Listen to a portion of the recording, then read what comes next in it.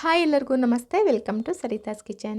ಇವತ್ತಿನ ವಿಡಿಯೋಲಿ ನಾನು ಕರ್ಜಿಕಾಯಿ ರೆಸಿಪಿನ ನಿಮ್ಮ ಜೊತೆ ಶೇರ್ ಮಾಡ್ಕೊತಾ ಇದ್ದೀನಿ. ಯಾರದೇ ಹೆಲ್ಪ್ ಇಲ್ದಿರ ತುಂಬ ಈಸಿಯಾಗಿ ಮೌಲ್ಡ್ನ ಯೂಸ್ ಮಾಡಿಕೊಂಡು ಕರ್ಜಿಕಾಯಿನ ಹೇಗೆ ಮಾಡೋದು ಅಂತ ನಿಮ್ಮ ಜೊತೆ ನಾನು ಶೇರ್ ಮಾಡ್ಕೊತಾ ಇದ್ದೀನಿ. ವಿಡಿಯೋ ಕೊನೆ ತನಕ ನೋಡಿ ಫ್ರೆಂಡ್ಸ್. ಇಷ್ಟ ಆದರೆ ಲೈಕ್ ಮಾಡಿ, ಹಾಗೆ ಚಾನಲ್ನ ಸಬ್ಸ್ಕ್ರೈಬ್ ಮಾಡಿ. ಸೊ ಇದು ಮಾಡೋ ಪ್ರೋಸೆಸ್ ನೋಡೋಣ. ನಾನಿಲ್ಲಿ ಒಂದು ಮಿಕ್ಸಿಂಗ್ ಬೌಲ್ಗೆ 1.5 ಕಪ್ನಷ್ಟು ಮೈದಾ ಹಿಟ್ಟು ಮತ್ತು ಒಂದು ಅರ್ಧ ಕಪ್ನಷ್ಟು ಬಾಂಬೆ ರವೆ ತೊಗೊಂಡಿದ್ದೀನಿ. ಮತ್ತು ಒಂದು 1/4 ಟೀ ಸ್ಪೂನಷ್ಟು ಸಾಲ್ಟು ಮತ್ತು ಒಂದು 1/4 ಕಪ್ನಷ್ಟು ನಾನು ತುಪ್ಪ ಹಾಕ್ತಾಯಿದ್ದೀನಿ. ಈ ತುಪ್ಪದ ಪ್ಲೇಸಲ್ಲಿ ನೀವು ಬೆಣ್ಣೆ ಹಾಕ್ಬೋದು ಅಥವಾ ಎಣ್ಣೆ ಸಹ ನೀವು ಸೇರಿಸ್ಬೋದು. ಸೊ ಇದಿಷ್ಟು ಹಾಕಿದ್ಮೇಲೆ ಇದನ್ನು ಚೆನ್ನಾಗಿ ಮಿಕ್ಸ್ ಮಾಡ್ಕೊಬೇಕು. ಇದನ್ನು ಚೆನ್ನಾಗಿ ಮಿಕ್ಸ್ ಮಾಡಿ ಈ ಥರ ಕೈಗೆ ಹಿಡಿ ತೊಗೊಂಡಾಗ ಶೇಪ್ ಚೆನ್ನಾಗಿ ನೋಡಿ ಈ ಥರ ಫಾರ್ಮ್ ಆಗಬೇಕು. ಈ ಥರ ಆಗಿಲ್ಲ ಅಂತಂದರೆ ಮತ್ತೆ ಒಂದು ಸ್ವಲ್ಪ ತುಪ್ಪ ಅಥವಾ ಎಣ್ಣೆ ಏನಾದರೂ ಹಾಕಿ ಈ ಥರ ಮಿಕ್ಸ್ ಮಾಡ್ಕೊಳ್ಳಿ. ಇದಕ್ಕೆ ಒಂದು ಸ್ವಲ್ಪನೇ ನೀರು ಹಾಕ್ತಾ ಚಪಾತಿ ಮತ್ತು ಪೂರಿ ಕಲಿಸ್ತೀವಲ್ಲ ಅದಕ್ಕಿಂತ ಸಾಫ್ಟಾಗಿ ಇದನ್ನು ಕಲಿಸ್ಬೇಕಾಗುತ್ತೆ.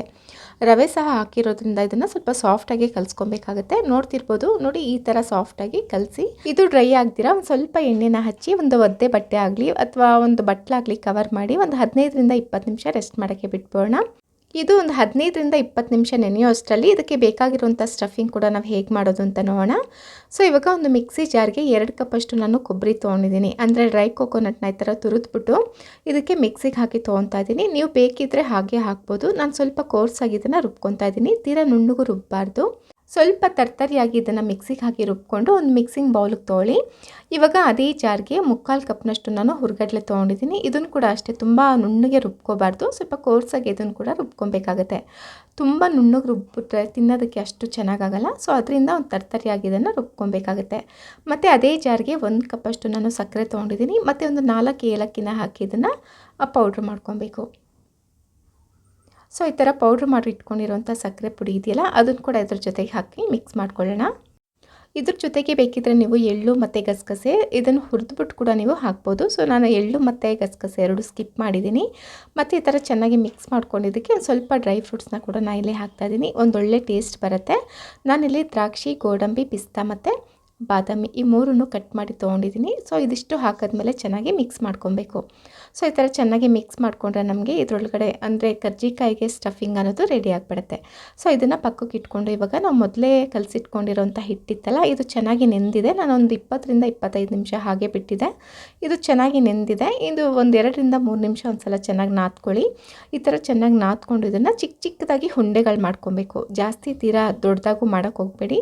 ತುಂಬ ದೊಡ್ಡದಾಗಿ ಉಂಡೆ ಮಾಡಿದ್ರೆ ಏನಾಗುತ್ತೆ ಅಂದರೆ ನಾವು ಮೌಲ್ಡ್ ಇರುತ್ತಲ್ಲ ಅದಕ್ಕೆ ಹಾಕಿ ತೆಗಿಬೇಕಾದ್ರೆ ನಮಗೆ ಎಕ್ಸ್ಟ್ರಾ ಜಾಸ್ತಿ ಬಂದ್ಬಿಡುತ್ತೆ. ಅಂದರೆ ವೇಸ್ಟ್ ಜಾಸ್ತಿ ಬಂದಾಗ ಅದು ಮತ್ತೆ ತೀಡಬೇಕಾದ್ರೆ ಏನಾಗುತ್ತೆ, ಇದು ಹಿಟ್ಟು ಗಟ್ಟಿ ಆಗಿಬಿಡುತ್ತೆ. ಸೊ ಅದರಿಂದ ಮೌಲ್ಡ್ ಸೈಜ್ ನೋಡಿಕೊಂಡು ನಮ್ಗೆ ಎಷ್ಟು ಬೇಕಾಗುತ್ತೋ ಅಷ್ಟೇ ನಾವು ಉಂಡೆನ ಮಾಡ್ಕೊಬೇಕಾಗುತ್ತೆ.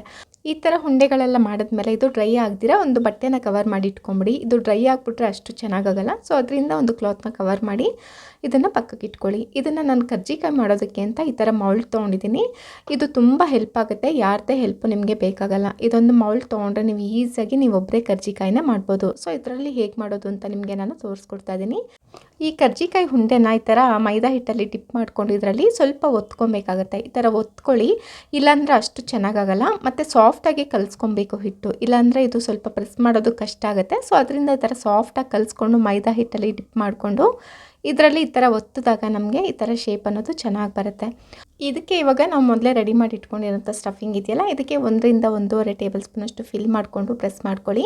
ಈ ಸ್ಟಫಿಂಗ್ ಎಲ್ಲ ಆಚೆ ಬರ್ತೀರಾ ಸೈಡಲ್ಲಿ ಸ್ವಲ್ಪ ನೀರನ್ನ ಈ ಥರ ಹಚ್ಕೊಳ್ಳಿ. ತೀರಾ ಜಾಸ್ತಿ ನೀರನ್ನ ಹಾಕಕ್ಕೆ ಹೋಗಬೇಡಿ. ಸೊ ನೋಡ್ತಿರ್ಬೋದು ಎಕ್ಸ್ಟ್ರಾ ಕೂಡ ನಿಮಗೆ ಹಿಟ್ಟು ಜಾಸ್ತಿ ಬಂದಿಲ್ಲ. ಈ ಥರ ಪ್ರೆಸ್ ಮಾಡಿಕೊಂಡ್ರೆ ನಮಗೆ ಈಸಿಯಾಗಿ ಕರ್ಜಿಕಾಯಿ ಅನ್ನೋದು ರೆಡಿ ಆಗಿಬಿಡುತ್ತೆ. ಮತ್ತು ಇದನ್ನು ಒತ್ತಬೇಕಾದ್ರೆ ಮೈದಾ ಹಿಟ್ಟೆ ಹಾಕ್ಕೊಂಡು ಡಿಪ್ ಮಾಡ್ಕೊಳ್ಳಿ. ಎಣ್ಣೆಯಲ್ಲಿ ಅಷ್ಟು ಚೆನ್ನಾಗಾಗಲ್ಲ, ಅಂಟ್ಕೊಳ್ಳುತ್ತೆ. ಸೊ ಅದರಿಂದ ಸ್ವಲ್ಪ ಮೈದಾ ಹಿಟ್ಟನ್ನ ಈ ಥರ ಡಿಪ್ ಮಾಡಿಕೊಂಡು ಒಂದು 5 ಅಥವಾ 10ನ ಒಂದೇ ಸಲ ಈ ಥರ ಪ್ರೆಸ್ ಮಾಡಿ ಇಟ್ಕೊಳ್ಳಿ. ಆವಾಗ ನಿಮಗೆ ಬೇಗ ಆಗುತ್ತೆ. ನಾನು ಇಲ್ಲಿ ಒಂದು 5ರಿಂದ 10 ಈ ಥರ ಪ್ರೆಸ್ ಮಾಡಿ ಇಟ್ಕೊಂಡು ಆಮೇಲೆ ಇದಕ್ಕೆ ಒಳಗಡೆ ಹೂರಣ ಹಾಕಿ ಫಿಲ್ ಮಾಡ್ಕೊಂಡು ಇದನ್ನು ಒಂದೇ ಸಲ ನಾವು ಕರಿಯೋದಕ್ಕೆ ಈಸಿ ಆಗುತ್ತೆ. ಸೊ ನೋಡಿದ್ರಲ್ಲ, ನಾನು ಇಲ್ಲಿ ಒಂದು 5ರಿಂದ 6 ಈ ಥರ ಮೊದಲೇ ಒತ್ತಿಟ್ಕೊಂಡಿದ್ದೀನಿ. ಇವಾಗ ಇದಕ್ಕೆ ಸ್ಟಫಿಂಗ್ ಹಾಕಿ ಫಿಲ್ ಮಾಡಿಕೊಂಡು ಕರ್ಜಿಕಾಯಿನ ರೆಡಿ ಮಾಡ್ಕೊಳ್ಳೋಣ. ನಾನು ಇದಕ್ಕೆ 1ರಿಂದ 1.5 ಟೇಬಲ್ ಸ್ಪೂನಷ್ಟು ಸ್ಟಫಿಂಗ್ನ ಹಾಕ್ತಾಯಿದ್ದೀನಿ. ನೋಡ್ತಿರ್ಬೋದು ಎಕ್ಸ್ಟ್ರಾ ನಮಗೆ ಜಾಸ್ತಿ ಬರೋದಿಲ್ಲ, ಹಿಟ್ಟು ಕೂಡ ಏನೂ ವೇಸ್ಟ್ ಆಗೋದಿಲ್ಲ. ಸೊ ಇದಕ್ಕೆ ಹಾಕಿ ಈ ಥರ ನಾವು ಪ್ರೆಸ್ ಮಾಡಿಕೊಂಡಾಗ ನಮಗೆ ಕರ್ಜಿಕಾಯಿ ಅನ್ನೋದು ಈಸಿಯಾಗಿ ರೆಡಿ ಆಗಿಬಿಡುತ್ತೆ. ಇದು ಕೂಡ ಅಷ್ಟೇ ನಾವು ಈ ಥರ ಮಾಡಿ ಇಟ್ಕೊಂಡ್ಮೇಲೆ ಕರ್ಜಿಕಾಯಿ ಮೇಲೆ ಒಂದು ಯಾವುದಾದ್ರೂ ಒದ್ದೆ ಬಟ್ಟೆನ ಕವರ್ ಮಾಡಿ ಇಟ್ಕೊಳ್ಳಿ. ಡ್ರೈ ಆಗಿಬಿಟ್ರೆ ಅಷ್ಟು ಚೆನ್ನಾಗಾಗಲ್ಲ ಕರ್ಜಿಕಾಯಿ. ಸೊ ಅದರಿಂದ ಇದೆಲ್ಲ ಮಾಡಾದಮೇಲೆ ಒಂದು ಒದ್ದೆ ಬಟ್ಟೆ ಆಗಲಿ ಅಥವಾ ಒಂದು ಪ್ಲೇಟ್ನ ಆಗಲಿ ಕ್ಲೋಸ್ ಮಾಡಿ ಇಟ್ಕೊಳ್ಳಿ ಡ್ರೈ ಆಗ್ತೀರಾ. ಸೊ ನೋಡ್ತಿರ್ಬೋದು ಒಂದೇ ಸಲ ನಾನು ಇದನ್ನು ರೆಡಿ ಮಾಡಿ ಇಟ್ಕೊಂಡಿದ್ದೀನಿ. ಇವಾಗ ಇದು ಕರಿಯೋದಕ್ಕೆ ಅಂತ ನಾನು ಸ್ಟವ್ ಹಚ್ಚಿ ಒಂದು ಕಡಾಯಿ ಇಟ್ಕೊಂಡಿದ್ದಕ್ಕೆ ಫ್ರೈ ಮಾಡೋಕ್ಕೆ ಬೇಕಾಗಿರೋಷ್ಟು ಎಣ್ಣೆ ಹಾಕಿ ಮೀಡಿಯಮ್ ಫ್ಲೇಮ್ನಲ್ಲಿ ಇದನ್ನು ಈ ಥರ ಫ್ರೈ ಮಾಡ್ಕೊಬೇಕು. ಇದು ನೋಡ್ತಿರ್ಬೋದು ಇದನ್ನು ಸ್ವಲ್ಪ ಡಿಪ್ ಮಾಡಿಕೊಂಡು ಅಂದರೆ ಎಣ್ಣೆ ತಾಕಿಸ್ಕೊಂಡು ಒಳಗಡೆ ಬಿಟ್ಟು ತಕ್ಷಣ ಇದನ್ನು ಟರ್ನ್ ಮಾಡಬೇಕಾಗತ್ತೆ, ಹಾಗೆ ಬಿಡಬಾರ್ದು. ಎರಡೂ ಕಡೆನೂ ಈ ಥರ ತಿರುವು ಹಾಕ್ಕೊಂಡು ನಮಗೆ ಗೋಲ್ಡನ್ ಬ್ರೌನ್ ಬರೋ ತನಕ ಫ್ರೈ ಮಾಡ್ಕೊಬೇಕಾಗತ್ತೆ. ಹುರಿ ಹೈಯಲ್ಲೂ ಇಡಬೇಡಿ, ಲೋ ಅಲ್ಲೂ ಇಡಬೇಡಿ. ಹೈಯಲ್ಲಿ ಇಟ್ಬಿಟ್ರೆ ಒಳಗಡೆ ತನಕ ಚೆನ್ನಾಗಿ ಬೇಯೋದಿಲ್ಲ.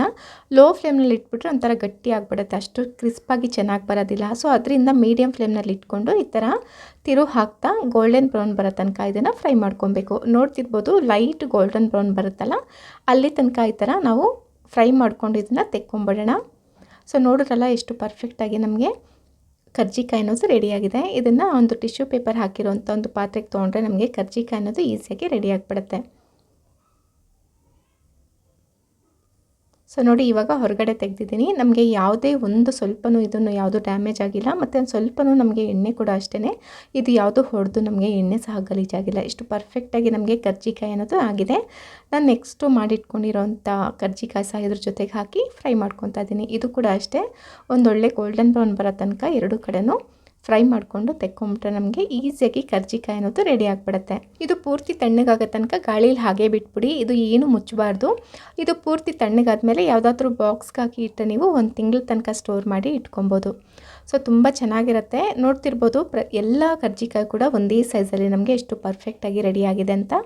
ಇದು ವರಮಹಾಲಕ್ಷ್ಮಿ ಹಬ್ಬಕ್ಕಾಗಲಿ ಅಥವಾ ಗೌರಿ ಗಣೇಶ ಹಬ್ಬಕ್ಕಾಗಲಿ ಈ ಥರ ಒಂದು ಸಲ ಟ್ರೈ ಮಾಡಿ ನೋಡಿ. ನೀವು ಮಾಡಿದಾಗ ಹೇಗೆ ಬಂತು ಅಂತ ನನಗೆ ಕಮೆಂಟ್ ಮಾಡೋದು ಮಾತ್ರ ಮರಿಬೇಡಿ.